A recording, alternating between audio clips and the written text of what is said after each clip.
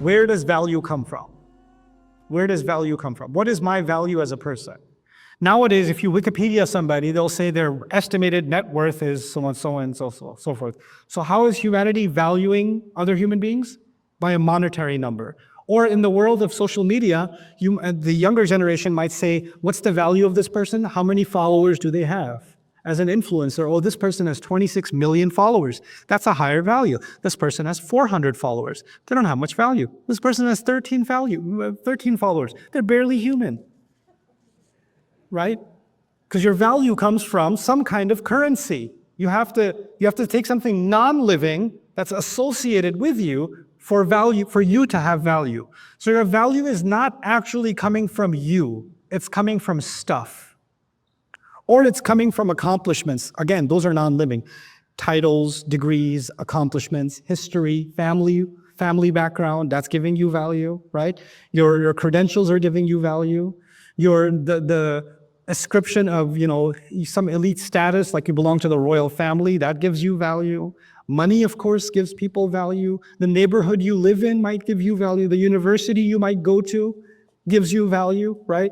Which is, I think those definitions are about to experience a revolution in the next 10 years. Value systems are changing. So, and who would have thought 20 years ago, 30 years ago, that somebody who makes, remixes of cats meowing is going to be a famous celebrity that everybody's going to be like, wow, oh my God, that's amazing. Like, you play a piano when a cat is meowing, and this is your contribution to humanity, right? But human beings can give anything value that's outside of themselves, right? However, the Diagnostic Statistical Manual of Mental Disorders barely addresses money. This is interesting in a capitalist society. We haven't actually studied money disorder much, except in cases of financial deprivation. So we study when somebody loses money and then go depressed and become suicidal and all that stuff. There's more studies on that. It is not mentioned as a possible disorder. Nevertheless, recent research hints at the possibility of a psychology of money, or even a psychopathology of money, with money accumulation potentially meeting the criteria of a behavioral addiction. This can become an addiction. Now, having read all of this to you, I want to just share with you also from the Islamic tradition and also biblical tradition. What's been said about money? Like Rasul Sallallahu Alaihi Wasallam says in the Tirmidhi, "Inna likulli ummatin fitna." Every ummah, every nation will have a fitna. وَإِنَّ فِتْنَةَ أُمَّتِي الْمَالِ. And the fitna of my ummah is money. It's wealth. Woe to those who join house to house, who add field to field until there is no more room, and you are made to dwell alone in the midst of the land. Isaiah. Meaning people who become conglomerates and keep acquiring, right? He who loves money will not be satisfied with money, nor he who loves wealth with his income. This also is vanity. This is Ecclesiastes. And then Jesus specifically says you cannot worship both God and money, which is similar to what the Quran is saying, and even in the hadith of the Prophet ﷺ, "Ta'isa abdud dinar wa abdud dirham," right? The servant of the dinar and the servant of dirham, may they be destroyed. Now, having said all of that, the concluding discussion I want to have with you on this subject is as follows. Is the Quran then against building wealth, saving money, gathering wealth? Actually, the Quran is against having a small world, where gathering and collecting and hoarding is a goal in and of itself. But when you're gathering money for a purpose, when you're collecting for a purpose, that is actually very much in line with Islam. You have the story of Dhul Qarnayn. Allah says, فَأَتْبَعَ سَبَبًا. Allah gave him all kinds of resources, and he used those resources to pursue more resources. أَتْبَعَ سَبَبًا. Why is he pursuing more resources?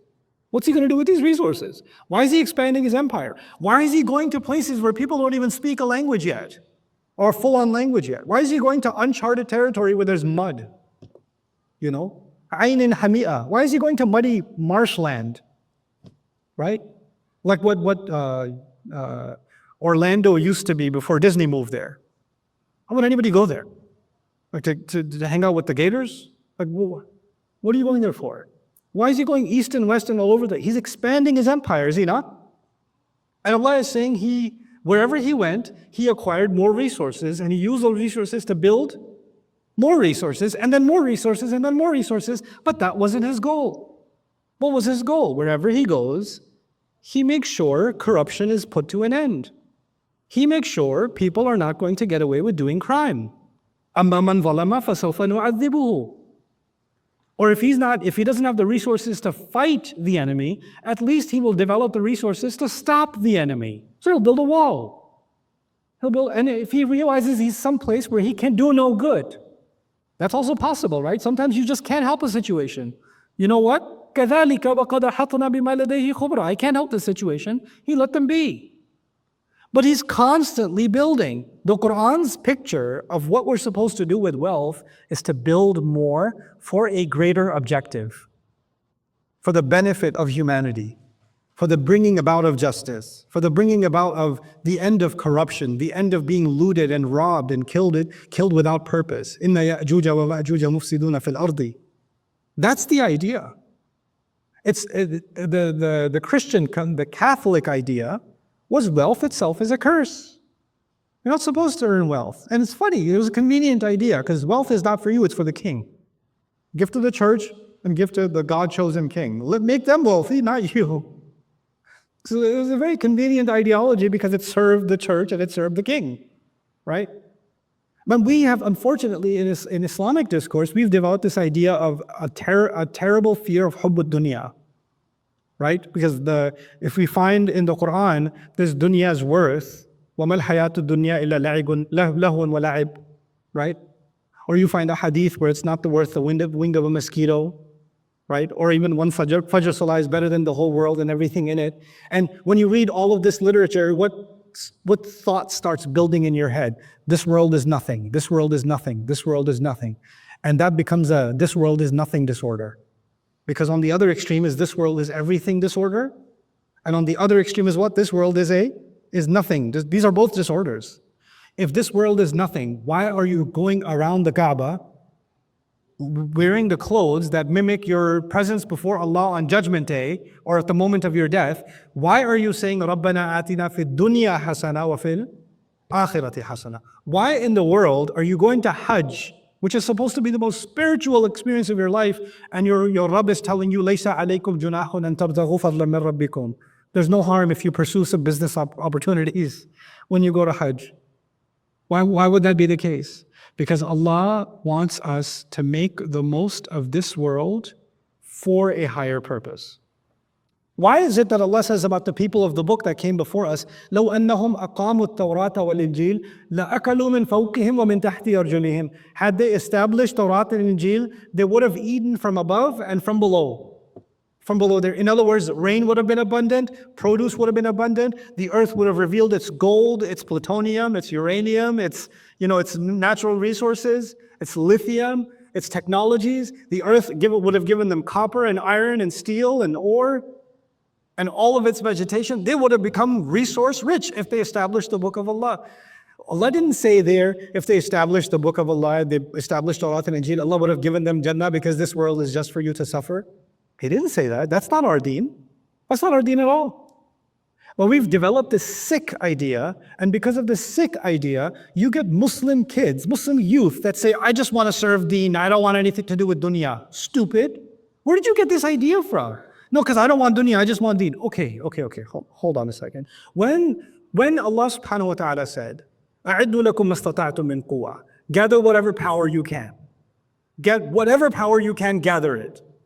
Right? Or مَرِّبَاتِ الْخَيْرِ. Just contemplate مَرِّبَاتِ الْخَيْرِ. I talked about it in a few khutbahs before.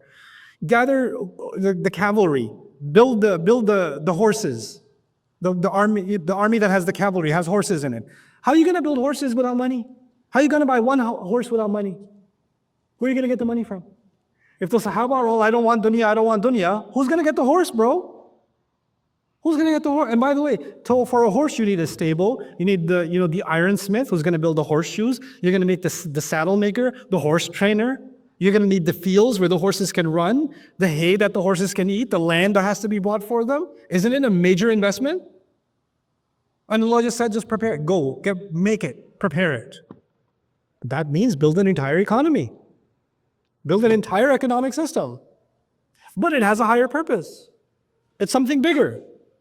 Even the story of Sulaiman alayhi salam is misinterpreted so easily. That is, he forgot to pray Maghrib, and that's why he slaughtered the animals. That's the misinterpretation. First of all, why, طفق مسحا بالسوق والأعناق. And the misinterpretation is he cut off their legs and its neck, which means he slaughtered an animal viciously, right? Because that's torturing an animal. And Rasulullah ﷺ himself told us, لا تمثلوا نامة الله. Do not make an example, do not mutilate delicate creatures of God, animals. We don't mutilate animals in this religion. It's evil. And we're okay attributing that to a prophet. And why? Because apparently he missed Maghrib. La hawla wa la quwwata illa billah. If you missed Maghrib and you started beating your kids, right? I missed Maghrib. I was working, you're working at a children's hospital, you're treating children, or you're dealing with the sick, and you were too busy in the surgery, and you got late for Maghrib, and you're like, you know what?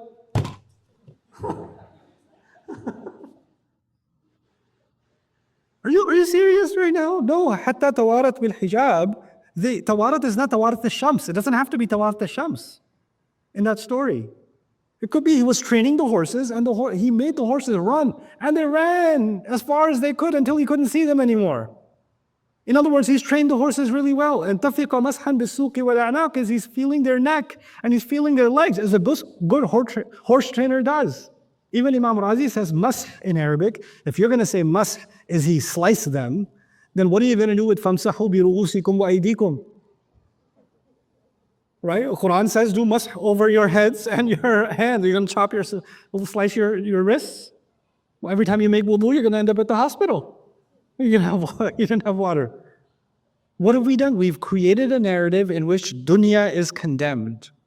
Dunya is dangerous. It's definitely dangerous. And we will see in the coming ayat how dangerous it is.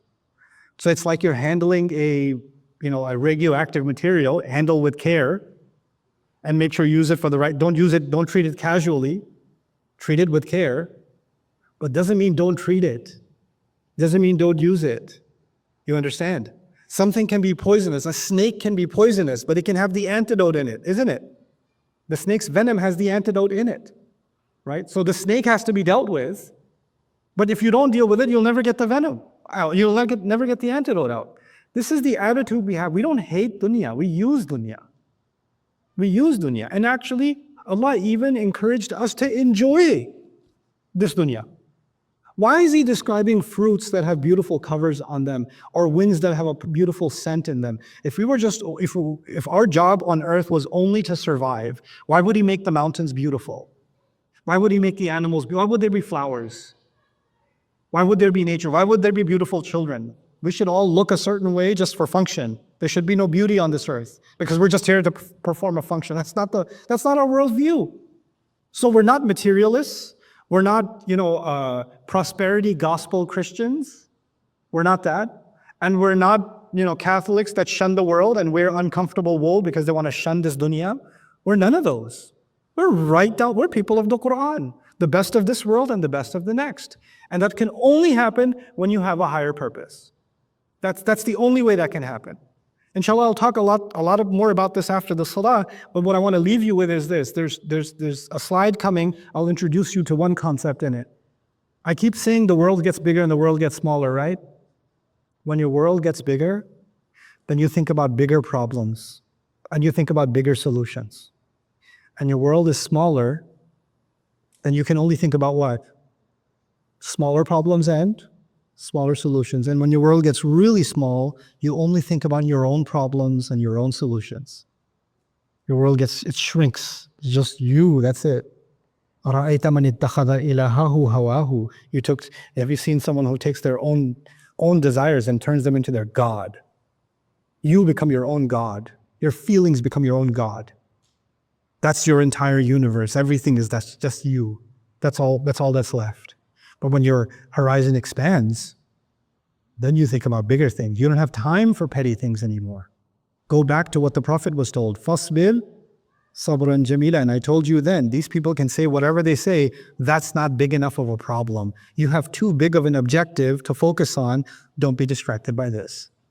So our iman gives us broader perspective and it keeps us from being petty and material and ending up in this state. So this addiction and this hoarding Where did it come from? The diagnosis. Where did this sickness start? This is like the final stage of the sickness. Where did this sickness begin? What was the early signs that you've caught the virus or you've got the bacterial infection? That's coming in ayah 19 onwards. So inshallah, we'll discuss that after the salah.